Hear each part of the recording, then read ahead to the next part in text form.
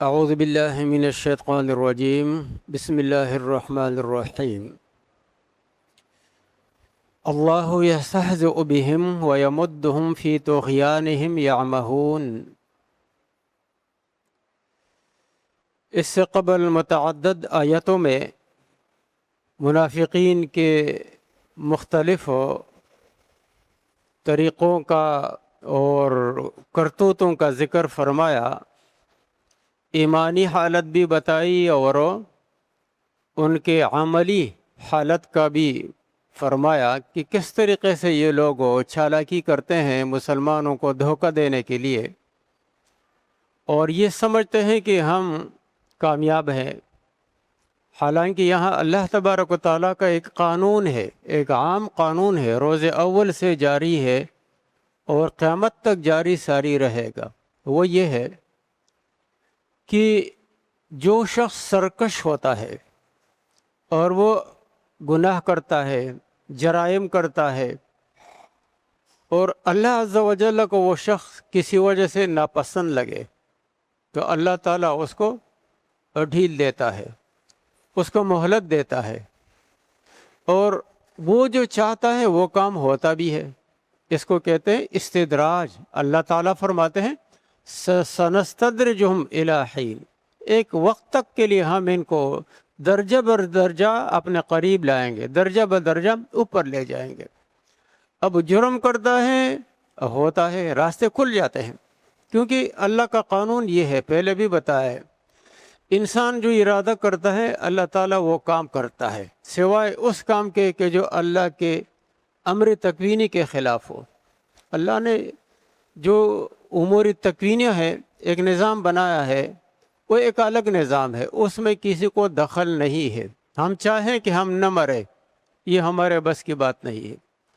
ہم چاہیں کہ ہم اڑ جائے، آسمان پہ چلا جائے، یہ ممکن نہیں ہے۔ جو امور تکوینیہ ہے اس سے ہٹ کر انسان جو چاہتا ہے وہ ہوتا ہے، عموماً اللہ کا یہ قانون ہے۔ لیکن چاہت بھی ایسے ہو نا کہ استطاعت کے درجے میں ہو۔ ایک آدمی کے جیب میں 5 روپیہ ہے اور وہ بہت بڑے ہوٹل میں جا کر کے میں کھانا کھاؤں گا، یہ اسباب کے درجے کے خلاف ہے۔ یعنی اسباب کے درجے میں جو چاہت ہوتی ہے، جو ارادہ ہوتا ہے، اللہ تعالیٰ وہ کام کرتا ہے۔ اس کو علم کلام کی اصطلاح میں کہتے ہیں انسان کاسب ہے، ارادہ کرتا ہے، اللہ تعالیٰ خالق ہے، وہ کام کرتا ہے۔ ہمارے دل میں آگے ہم نماز پڑھتے ہیں اور صدق دل سے ہم چاہتے ہیں ہمیں توفیق مل جائے گی اور ہم مسجد میں آ جائیں گے اور نماز پڑھ لیں گے۔ ہمارا ارادہ ہے کہ نماز نہیں پڑھتے ہیں، مسجد سے آگے سے گزریں گے بھی، قرأت کی آواز بھی سنیں گے، لیکن ہم نہیں جائیں گے۔ یہ ہو رہا ہے۔ تو یہ منافقین یہ کام کرتے رہتے تھے اور ان کو موقع بھی ملتا تھا، مالی حیثیت بھی بڑھ جاتی، اور ان کے آپس میں روابط وغیرہ یہ سب کچھ جاری رہتے۔ اچھا، ان کا گمان یہ تھا کہ ہماری چالاکی سے مسلمانوں کو کوئی خبر، کوئی پتہ نہیں ہے۔ حالانکہ میں نے پچھلے دن عرض کیا تھا کہ اللہ تعالیٰ نے ان کے نام نہیں بتائے، نبی علیہ السلام کو بتائے، نبی علیہ السلام نے حضرت حذیفہ بن یمان رضی اللہ عنہ کو بتائے، لیکن سر عام نہیں بتایا، کیونکہ اس میں حکمتیں تھی جن کے میں سے چند کا میں نے ذکر کیا تھا۔ تو یہ اس طرح کام کرتے رہے اور کہتے تھے انما نحن مستہزئون، ہم تو مسلمانوں کے ساتھ ہنسی اور تمسخر کرتے ہیں، ہم تو مذاق کرتے ہیں ان کے ساتھ کہ ہم آپ کے ساتھ ہی ہیں، حقیقت میں تو ہم ان کے ساتھ نہیں ہیں۔ اللہ تعالیٰ جواب دیتے ہیں۔ اب چند چیزیں ان کی ذکر کرنے کے بعد اب فرماتے ہیں اللہ یستہزئ بہم، اللہ ان کے ساتھ تمسخر کرتا ہے۔ یہ کیا تمسخر کریں گے؟ اللہ تعالیٰ تمسخر نہیں کرتا۔ تمسخر کرنا، مذاق کرنا، یہ تو کسی عقل مند انسان کا بھی کام نہیں ہے۔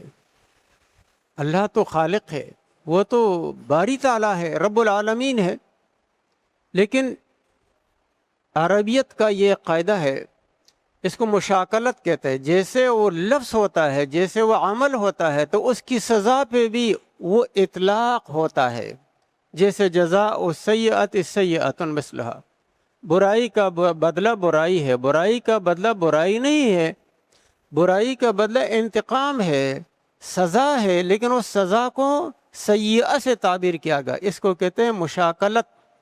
تو بطور مشاکلت کے فرمایا اللہ یستہزئ بہم، استہزاء کے معنی تو تمسخر کے ہیں، لیکن یہاں مراد کیا ہے؟ سزا دینا۔ اللہ تعالیٰ ان کے اس عمل اور اس چالاکی کی سزا ان کو دے گا۔ وَيَمُدُّهُمْ فِي طُغْيَانِهِمْ يَعْمَهُونَ، اور اللہ تعالیٰ ان کو بڑھاتا رہتا ہے، ان کو ترقی دیتا رہتا ہے، فی طغیانہم، ان کے سرکشی میں۔ طغیانی کس کو کہتے ہیں؟ اپنی سطح سے بلند ہو رہا، حد آدمیت سے اور حد شرافت سے یہ لوگ زیادہ متجاوز ہو گئے۔ کہتے ہیں نا جولائی کے مہینے میں پانی میں طغیانی ہے، لہذا مچھر پانی میں نہ جائے، حکومت کی طرف سے اعلان ہوتا ہے۔ طغیانی کا مطلب کیا ہے؟ یعنی کہ اپنی حد سے بڑھ جانا۔ تو یہ لوگ اپنی حد سے جو بڑھ رہے ہیں، تو اللہ تعالیٰ ان کو اور بڑھاتا ہے، جس کو میں نے کہا استدراج، کہ وہ آدمی گناہ پہ گناہ کرتا ہے اور دروازے کھلتے جاتے ہیں، سیڑھی بے سیڑھی وہ چڑھتا جاتا ہے، پھر یکدم پکڑتا ہے اور اسفل سافلین تک پہنچا دیتا ہے۔ یعمہون، درا حالی کہ یہ لوگ عقل کے اندھے ہیں، یہ سمجھتے ہیں کہ ہم مذاق کر رہے ہیں مسلمانوں کے ساتھ، اور یہ ہماری اس چالاکی کو نہیں سمجھتے ہیں، حالانکہ اللہ سے کوئی بھی بات چھپائی ہی نہیں جا سکتی ہے۔ الا یعلم من خلق، اللہ فرماتے ہیں میں پیدا کروں مجھے پتہ نہ ہو کہ کون کیا کر رہا ہے، کون کیسا ہے، یہ تو ممکن ہی نہیں ہے۔ اب یہ سزا کس طرح ہوگی؟ جو ان کے عمل کے مطابق ہوگی۔ پہلے بھی میں نے عرض کیا تھا کہ سزا اور جزا یہ برائی اور نیکی کے بالکل مماثل ہوتی ہے، جیسے عمل ہوتا ہے اسی طریقے سے اس کی سزا یا جزا ہے۔ برے عمل کی سزا کی بھی ایک شکل ہے، اور اچھے عمل کی جزا کی بھی ایک شکل ہے۔ اب ان کی شکل کیا ہوگی؟ ایک تو پیچھے ان کو بتایا ہے کہ عذاب عظیم ہے، عذاب علیم ہے، وہ تو اپنی جگہ ہے، لیکن وہ عذاب ان کو جو دیا جائے گا، کس طریقے سے ان کو عذاب میں لے جایا جائے گا، یہ طریقہ یہاں بتایا گیا ہے۔ مفسرین فرماتے ہیں حدیث شریف میں اس کی تفسیر، اس کی وضاحت یوں آئی ہے کہ قیامت کے دن جب مسلمانوں کو روشنیاں ملیں گی، ہر آدمی کو اس کا عمل اور ایمان کے مطابق روشنی دی جائے گی۔ جب یہ سورج اور چاند اور ستارے یہ سارا نظام لپیٹ دیا جائے گا، گھپ اندھیرا ہوگا، آگے پولیس صراط ہے اور بالکل جہنم کی آگ ہے، کالا دھواں ہے، اس کے اندر راستہ دکھائی نہیں دے رہا۔ تو مسلمانوں کو ان کے عمل کے مطابق روشنیاں دی جائیں گی۔ کسی کی روشنی بہت تیز ہوگی، کسی کے درخت کے مانند ہوگی، کسی کے کم، کسی کے زیادہ۔ ان لوگوں کو بھی روشنی دی جائے گی، یہ خوش ہو جائیں گے۔ اور یہ بھی میں نے آپ کو بتایا تھا، جو کام آدمی یہاں کرتا ہے تو وہ کام پھر نزع کی حالت میں بھی کرتا ہے، اور پھر قبر میں بھی وہ کوشش کرتا ہے، محشر میں بھی کوشش کرتا ہے۔ یہ لوگ محشر میں بھی قسمیں کھائیں گے کہ نہیں ہم تو مسلمان تھے۔ تو جو سزا کا طریقہ کار ہوگا وہ یہ ہوگا، ان کو روشنیاں دی جائیں گی۔ اب یہ خوش ہو جائیں گے کہ ہم کامیاب ہو گئے، کیونکہ یہاں خوش رہے کہ ہم کامیاب جا رہے ہیں، ہماری پالیسی بڑی کامیاب ہے۔ جب پوری صراط پہ چڑھنے لگیں گے تھوڑی دیر کے بعد جا کر کے، آگے قرآن نے باقاعدہ اس کو واضح کیا ہے، ٹائم مختصر ہے تو میں اختتام کی طرف جا رہا ہوں۔